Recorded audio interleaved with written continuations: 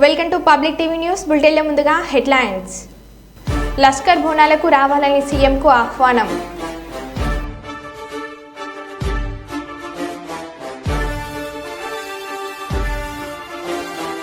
Gulf board ఏర్పాటు చేసి 500 కోట్ల బడ్జెట్ కేటాయించాలి.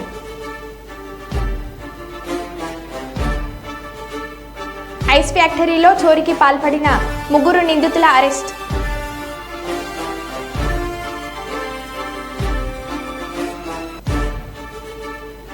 నాలుగు రోజుల పాటు కుప్పంలో పర్యటించనున్న నారా భువనేశ్వరి. బీడీ కార్మికుల రాష్ట్ర సమన్వయ కమిటీ సమావేశం జయప్రదం చేయండి. సిఐటియు జిల్లా కార్యదర్శి ఎండి అంజిబాబు. మంచిర్యాల జిల్లాను గంజాయి రహిత జిల్లాగా తీర్చిదిద్దుదాం. Ramagundam police commissioner M Srinivas IPS.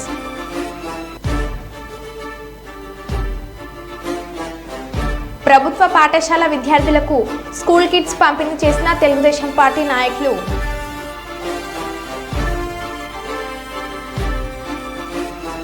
ఇక వివరాల్లోకి వెళ్తే, జూరాల ప్రాజెక్టుకు భారీగా వరద. ప్రాజెక్టు 5 గేట్లు ఎత్తివేత. శ్రీశైలం ప్రాజెక్టుకి చేరుతున్న భారీగా వరద నీరు.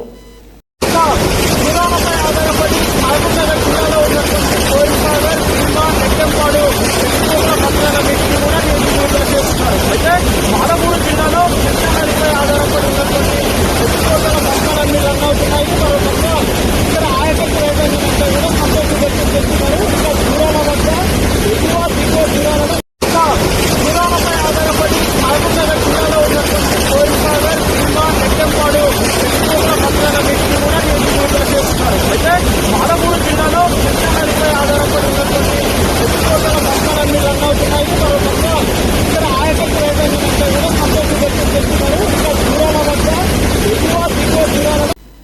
సమాజంలో నేడు ఆర్థిక నేరాల సంఖ్య విపరీతంగా పెరుగుతుందని, ఎక్కువగా చదువుకున్న వారు ఈ ఆర్థిక నేరాలకు బాధితులుగా మిగులుతున్నారని, వీటన్నిటిపైన అవగాహన పెంపొందించాలని తెలిపిన ట్రాఫిక్ ఎస్ఐ, వివిధ ప్రభుత్వాలు కల్పించే పథకాల ద్వారా ఆర్థిక ప్రయోజనం బ్యాంకుల ద్వారా జరిగే సమయంలో బ్యాంకుల పేరుతో ఓటీపీలు అడగడం పరిపాటిగా మారింది అని, వీటితో పాటు ఫోన్లకు వచ్చే ఎస్ఎంఎస్లు, ఈమెయిల్స్ పూర్తిగా పరిశీలించి మాత్రమే స్పందించాలని తెలిపిన ఎస్ఐ, సమాజంలోని వ్యక్తులు అవగాహన లేకపోవడంతో పాటు అత్యాశ కారణంగా వివిధ రకాల ఆర్థిక పరమైన సమస్యలు ఎదుర్కొంటున్నారని, ఏదైనా ఆన్లైన్ కొనుగోలు పూర్తిగా పరిశీలించి కొనుగోలు జరపాలని, లోన్ యాప్ల విషయంలో పూర్తి నిబంధనలు పరిశీలించాలని, ఆన్లైన్లో వచ్చే వివిధ యాడ్స్ విషయంలో పూర్తిగా తెలుసుకున్న మీదట తర్వాతనే స్పందించాలని, ఏదైనా సమస్య ఏర్పడకంటే ముందుగా దానిని కారణమయ్యే అంశాలపై పూర్తి పరిశీలన జరిపి ముందుకు పోవాలని, ఏదైనా సమస్య ఎదురైతే సమాచారం ఇవ్వాలని తెలిపిన హరీష్.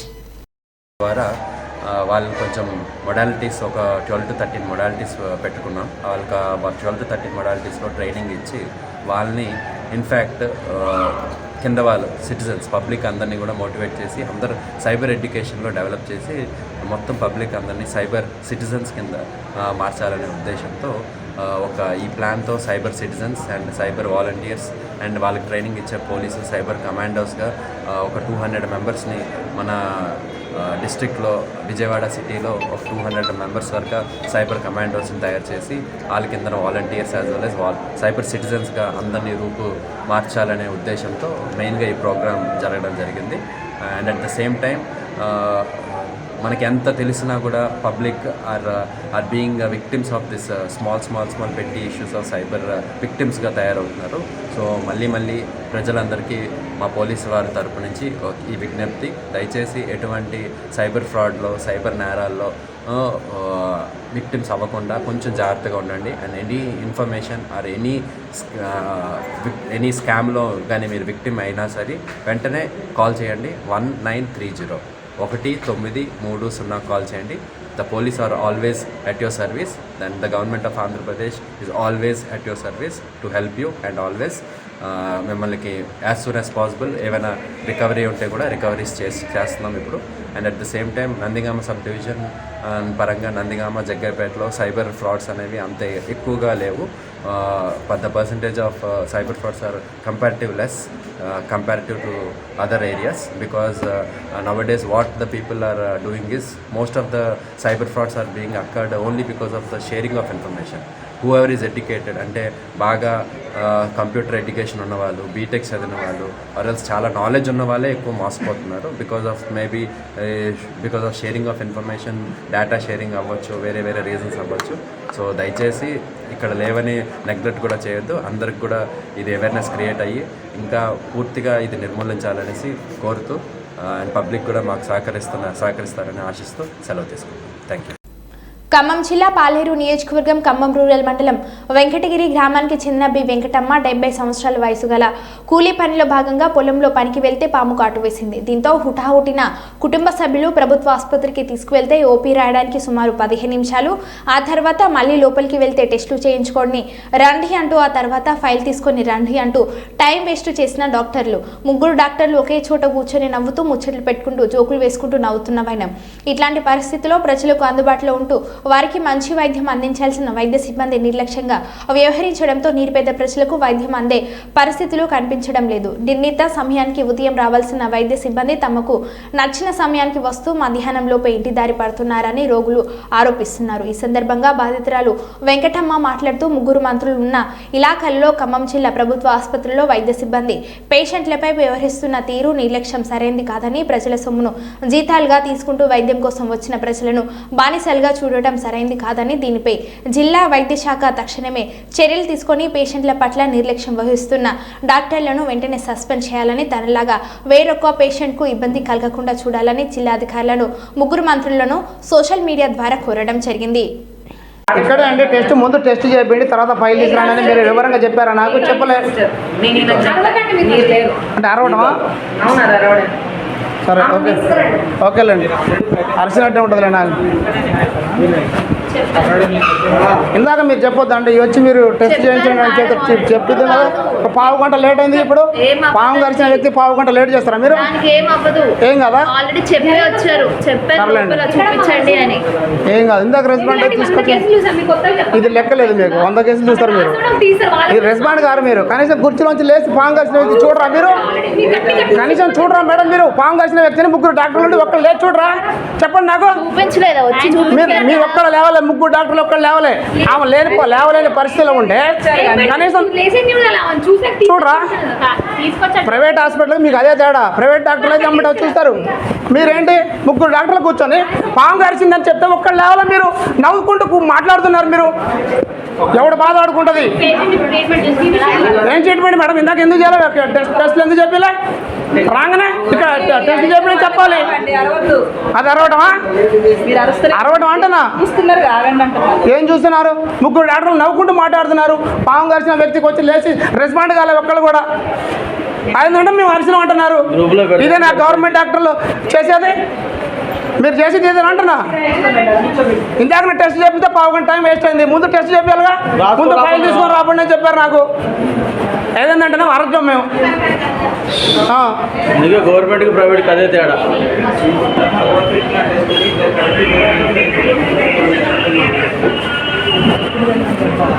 వందల కేసులు వస్తాయంటే వాళ్ళకి. సచిన బతికిన ఏముంది వాళ్ళకి? ఇదో లెక్క కదా వాళ్ళకి.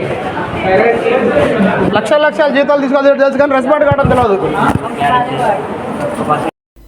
వరంగల్లో గత 2 రోజులుగా కురుస్తున్న భారీ వర్షాలకు ఓరుగల్లు ఆరాధ్య దైవమైన శ్రీ భద్రకాళి చెరువుకు మత్తడి పడింది. భద్రకాళి చెరువుకి మత్తడి ప్రారంభమైన నేపథ్యంలో జలకళ సంతరించుకుంది. ఇప్పుడిప్పుడే ప్రారంభమైన మత్తడి కోసం పర్యాటకులు బారులు తీరే అవకాశం ఉంది.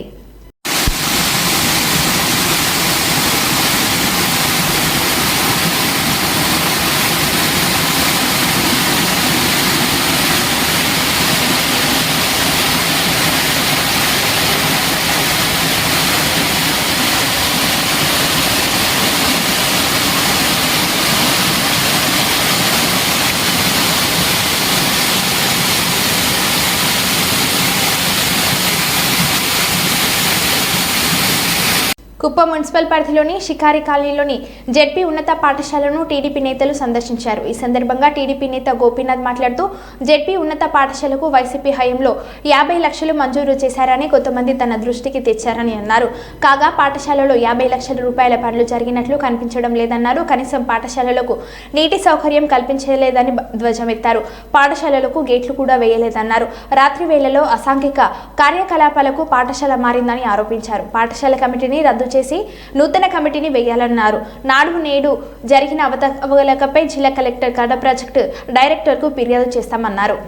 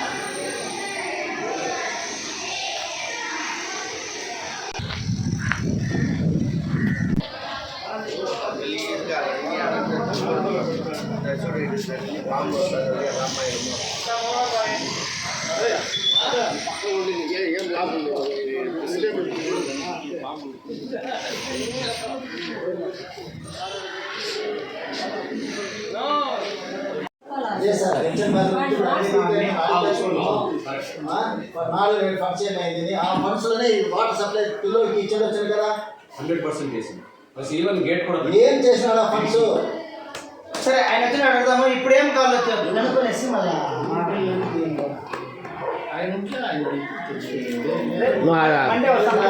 ఓపెనా చాలా గలీజ్గా ఉంది.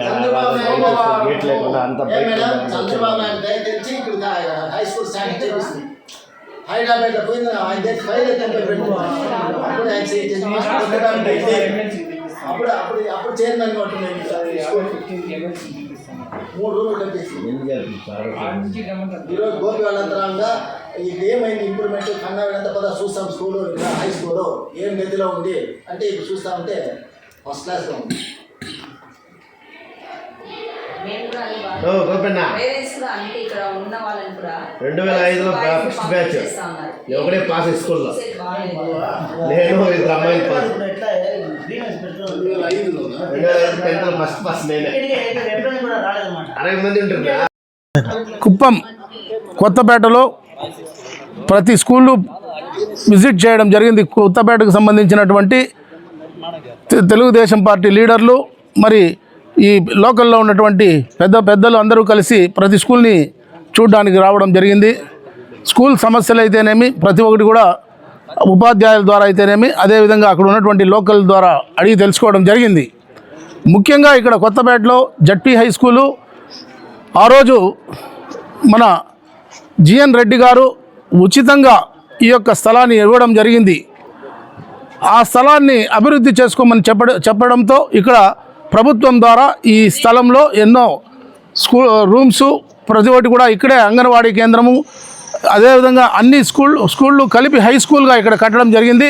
కానీ అది కట్టిన తర్వాత అప్పట్లో ఉన్నటువంటి పెద్దలు కొంతమంది ఈ యొక్క స్కూల్ కమిటీని ఎంతో బాగా అభివృద్ధి చేశారు. కానీ రాను ఇది ఈ వైఎస్ఆర్ ప్రభుత్వం వచ్చిన తర్వాత ఈ యొక్క స్థలాన్ని కబ్జాలు చేసుకోవడమే కాకుండా ఈ చాలా ఎదురులో ఈ షికారీ కాలనీ ఉండడం, అదేవిధంగా ఇక్కడ నీటి సౌకర్యం లేదు, గేట్లు లేవు, కాంపౌండ్ వాల్స్ లేవు. ఇక్కడ ఉన్నటువంటి స్టూడెంట్స్కు సరైన సౌకర్యాలు లేకుండా వాళ్ళు బయట ఎక్కడికో టాయిలెట్స్కి కానీ ఇంకోటి కానీ పోవడం, ఉపాధ్యాయులకు కూడా ఇక్కడ టాయిలెట్స్ లేకుండా ఉంది. ఇవంతా కూడా చేయాలంటే మన చంద్రబాబు నాయుడు గారి వల్లే సాధ్యం.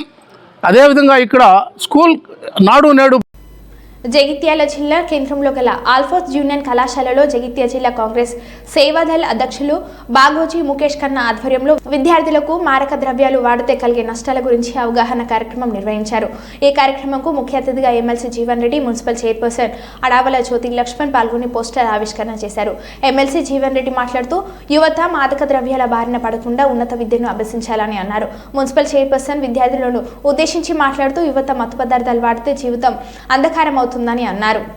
ఏమైందంటే చాలా మందికి క్యాన్సర్ రావడం జరిగింది, ఏర్పాటు చేయడం జరిగింది. చాలా మంది స్టూడెంట్స్ ఇంక్లూడ్ వేరే విలేజ్ నుంచి వచ్చిన పిల్లల్ని దాదాపుగా 200 మంది 50 మంది పిల్లల్ని జీవన్ రెడ్డి గారి తరఫున జీవన్ రెడ్డి గారికి నేను ధన్యవాదాలు తెలియజేస్తున్నాను సార్. ఎందుకంటే ఈ రోజు MLC Jeevan Reddy sir and other leaders and respected our correspondent sir and principal and my dear staff and my dear friends. Today I will tell about many more. అంటే కేవలం ప్రభుత్వ పరంగా ఉద్యోగం లభిస్తేనే ఉద్యోగం వచ్చినట్టు కాదు. ప్రభుత్వ పరంగా ఉద్యోగం అవకాశాలు ఏమిటో మనం కనీసం 10% కూడా పుసలేదు. 90% 90% ఉద్యోగ యువతకి మనం ఆధారపడేది సెల్ఫ్ ఎంప్లాయ్మెంట్, స్వయం ఉపాధి పైనే మనం ఆధారపడతాం, జీవితం స్థిరపడతామని చెప్పండి. ఇప్పుడు ఇక్కడ best of teaching staff you have, cream of the teaching staff you have. వీళ్ళందరూ ఏదైతుందో ప్రభుత్వ పరంగా బోధన సదుపాయం అవకాశాలను పొందలేకపోయింది. అక్కడ పొందలేకపోయింది కాబట్టి ఏదైతుందో స్వయం ఉపాధి అనే ఒక భావనతో సెల్ఫ్ ఎంప్లాయ్మెంట్ వరకు ఇవాళ విద్యాలయాలను ఏదైతే మనం బోధన చేస్తుంది, ఆ బోధనతో ఏదైతే మనకు భవిష్యత్తులో నిర్మాణం చేస్తూ చూపెడుతుంటూ వాళ్ళ జీవనోపాధి పొందుతున్నామని నిన్న ముఖ్యమంత్రి గారు ప్రకటించిన స్కిల్ యూనివర్సిటీ ఏర్పాటు చేస్తుందని చెప్పారు.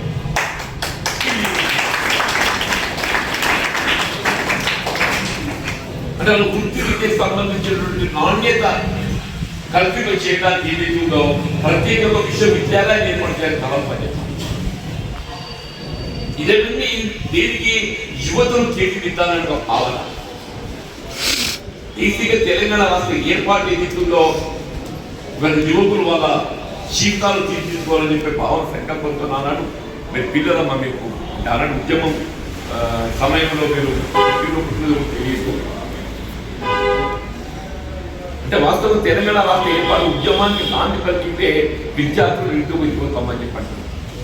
మీ త్యాగాల ఫలితం ఏదైతే తెలంగాణ రాష్ట్రాన్ని మనం ఏర్పాటు చేసుకున్నాం చెప్పండి. మనం ఏర్పాటు చేసుకున్న తెలంగాణ రాష్ట్రం మన జీవితాన్ని భవిష్యత్తు మార్గాన్ని చూపెట్టబడే విధంగా ఉండాలనే భావన తలంతోనే మరి ప్రభుత్వం ముందుకు పోతుందని చెప్పండి.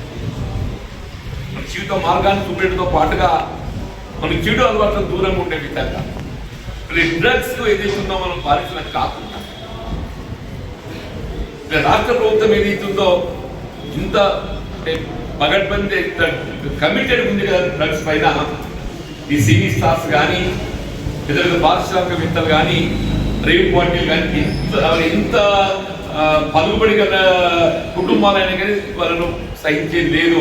చట్టం ముందు అందరూ సమానమైన విధంగా ఏదైతుందో అంత పటిష్టంగా పనిచేస్తుందో మన రాష్ట్రంలో వాళ్ళు మాత్రమే. అంటే మద్యం సేవించడం అనేది అది అనుమతితో అందరూ సేవిస్తుంది. బహిరంగ ప్రదేశాలలో మద్యం సేవించకూడదని నిషేధం. బహిరంగ ప్రదేశాలలో మద్యం సేవించకూడదనేది నిషేధం. ఆ మద్యం సేవించడం బహిరంగ ప్రదేశంలో ఏ విధంగా మనం నిలువరింపు చేయడం అరికట్టడం చూస్తుందో అంతకంటే ప్రధానమైంది ఈ డ్రగ్స్ నిర్మూలన. డ్రగ్స్ నిర్మూలన చెప్పండి. దీని మూలం ఎక్కడున్నది? తాగేవాడికి ఏదైతుందో అది అందుబాటులోకి వస్తే సేవిస్తాం. ఈ మూలం ఎక్కడుంది? అది అందుబాటులోకి రాకుంటే ఏదైతుందో అది కట్టాలి. తెలంగాణ రాష్ట్రం ఇటు మహారాష్ట్ర ప్రధానంగా మన బార్డర్ ఉన్నాం కాబట్టి ఏదైతుందో మహారాష్ట్ర ఆదిలాబాద్ మనకు వచ్చే అవకాశం ఎక్కువ. రాష్ట్రంలో 5 సంవత్సరాలు ముఖ్యమంత్రిగా పనిచేసిన జగన్మోహన్ రెడ్డి పాలనలో ఎంతో మంది మానవ ప్రాణాలను హరించి రాష్ట్ర ప్రజలకు రక్షణ లేకుండా చేశారు. అలాంటి వారు నేడు రాష్ట్రంలో రాష్ట్రపతి పాలనను విధించాలని డిమాండ్ చేయడాన్ని టీడీపీ రాష్ట్ర ప్రధాన కార్యదర్శి సోమిశెట్టి వెంకటేశ్వర్లు తప్పుపట్టారు. వినికొండలో వ్యక్తిగత కక్షలతో రషీద్ అనే వ్యక్తి మరణిస్తే దానిని తన రాజకీయ స్వార్థం కోసం ఉపయోగించుకునేందుకు జగన్మోహన్ రెడ్డి శవాలను పీక్కు తినే రాబందులు అక్కడికి చేరుకుని తెలుగుదేశం పార్టీపై నిందలు వేస్తూ సమాధి కాబడిన తన రాజకీయం కోసం టీడీపీ పై ఆరోపణలు దిగి స్వార్థ సేవ రాజకీయాల కోసం ఉపయోగించుకునేందుకు రాష్ట్రంలో రాష్ట్రపతి పాలన విధించాలని పత్రికలు ఎక్కడం సిగ్గుచేటని ఇంతకన్నా నీచ సంస్కృతి మరొకటి లేదని అన్నారు. ఎవరు రాజకీయాలు దొరుకుతాయా, టీడీపీ వాళ్ళని డబ్బు లేపుదామనే ఆలోచన తప్ప ఈ రాష్ట్రంలో జరిగినటువంటి అన్యాయం ఎక్కడన్నా జరుగుతుంది. ఇది అన్యాయం జరిగింది, ఖచ్చితంగా వాళ్ళు కుటుంబాన్ని ఆదుకోవాలి. ఏనాడే నోరు కూర్చావా, నోరు పాడేసుకున్నావా లేదా? ఏ ఒక్క పేదవాళ్ళని ఆదుకున్నాడు అడుగుతున్నా. నీవు రషీద్ వినుకొండలో అక్కడ రషీద్ కుటుంబాన్ని పరామర్శించడానికి పర్వాలేదు, కానీ అది వ్యక్తిగత కక్షలు, వాళ్ళ కుటుంబాల కలహాల వల్ల అక్కడ చనిపోవడం జరిగింది. కానీ అది టీడీపీ వాళ్ళ మీద రుద్దుతావు.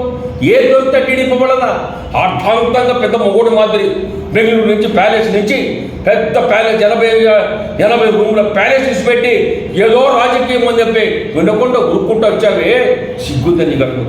5 సంవత్సరాలు ఎట్లా చేసావా నువ్వు ముఖ్యమంత్రిగా? 5 సంవత్సరాలు రాష్ట్ర ముఖ్యమంత్రిగా చేసి నీ అనుభవం ఎక్కడ పోయింది అర్థం కాలేదు. ఎక్కడ పోయినా శివరాజకీయాలు చేస్తున్నవే. నేను అడుగుతున్నా, మీ చిన్న ఆయన వివేకానందుడి చనిపోతే శివరాజకీయం చేసావా లేదా? చంద్రబాబు పైన ఉద్యోగం లేదా? అది ఇంతవరకు సిబిఐ ఎంక్వైరీ అన్నావు, 5 ఏళ్ళు ముఖ్యమంత్రిగా ఉన్నావు, సిగ్గు లేదా నీకు? నీ చిన్న చంపింది ఎవరో నీకు తెలీదా? దాంట్లో నీ భాగం లేదా? ఎందుకు సిబిఐ ఎంక్వైరీ జరిపించుకోలేదు అడుగుతున్నా. అంటే దాంట్లో నీ తమ్ముడు ఉన్నాడు కాబట్టి తప్పించి డ్రామాలు ఆడుతున్నావు. శివరాజకీయాలు నీవయ్యా చేతగాని దద్దమ్మ, చేతగాని జగన్మోహన్ రెడ్డి సిగ్గు తెచ్చుకో. నువ్వు చంద్రబాబు నాయుడు విమర్శిస్తావా? తెలుగుదేశం పార్టీ జోలికి రావద్దు. చంద్రబాబు ఎప్పుడు శివరాజకీయాలు చేయడు. నీతి నిజాయితీ ఉన్నటువంటి వ్యక్తి నారా చంద్రబాబు నాయుడు. నీ మాదిరి చేతగాని మంచిగా చేతులతో చూపిస్తాడు. ఇవాళ రాష్ట్రాన్ని అడ్డగోలుగా నాశనం చేశావు, రాష్ట్రం సర్వనాశనం చేశావు. రాష్ట్రంలో తెలుగుదేశం మీరు అధికారంలో ఉన్నప్పుడు తెలుగుదేశం పార్టీ కార్యకర్తలు చిత్తుగా తన్ని రాళ్లతో కొట్టి ఎలా ఎన్ని అరాచకాలు చేస్తూ సృష్టించావో, ఎంతమందిని ఎలక్షన్లో కూడా పాల్గొనకుండా చేసి దౌర్భాగ్యపరి తెచ్చావే, సర్వనాశనం చేశావే. ఇవన్నీ నువ్వు చేసిన నీ హయాంలో జరిగినాయి. కానీ చంద్రబాబు వచ్చిన నెలలో ఏ ఒక్కరు కూడా జరగలేదు.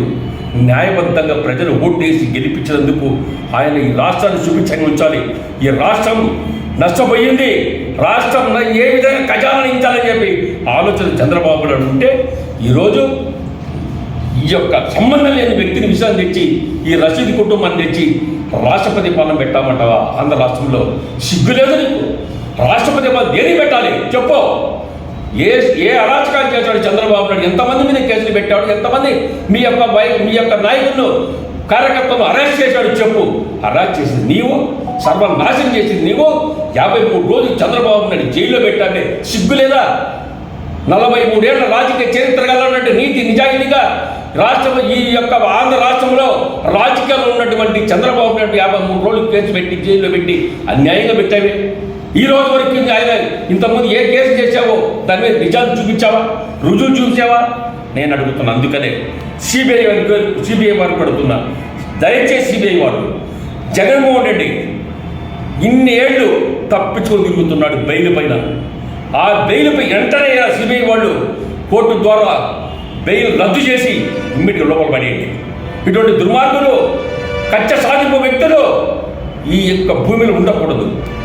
రాజన్న సిరిసిల్ల జిల్లా కేంద్రంలోని గీతానగర్ ప్రభుత్వ పాఠశాలను ఆకస్మికంగా తనిఖీలు చేసిన జిల్లా కలెక్టర్ సందీప్ కుమార్. ఈ సందర్భంగా 8, 9, 10 తరగతుల విద్యార్థులకు ఇంగ్లీష్, గణితం, భౌతిక శాస్త్రాలను బోధించారు. విద్యార్థులకు పలు ప్రశ్నలు వేసి వారిచ్చిన సమాధానం పట్ల అసంతృప్తి వ్యక్తం చేశారు. విద్యార్థులకు గణితం, ఆంగ్లం సబ్జెక్టులపై ప్రత్యేక శ్రద్ధ చూపాలని ప్రధాన ఉపాధ్యాయులని ఆదేశించారు. ఇప్పటి వరకు 10వ తరగతి విద్యార్థులపై ప్రత్యేక శ్రద్ధ చూపి పరీక్షలలో మంచి ఫలితాలు సాధించేలా చర్యలు చేపట్టాలని ఆదేశించారు. విద్యార్థులకు అందిస్తున్న మధ్యాహ్న భోజనం తయారీ విధానంను, స్టోర్ రూమ్లను పరిశీలించి విద్యార్థులకు నాణ్యమైన భోజనము మెను ప్రకారం అందించాలని పేర్కొన్నారు. ఈ కార్యక్రమంలో ప్రధాన ఉపాధ్యాయులు శారద, ఉపాధ్యాయులు తదితరులు పాల్గొన్నారు.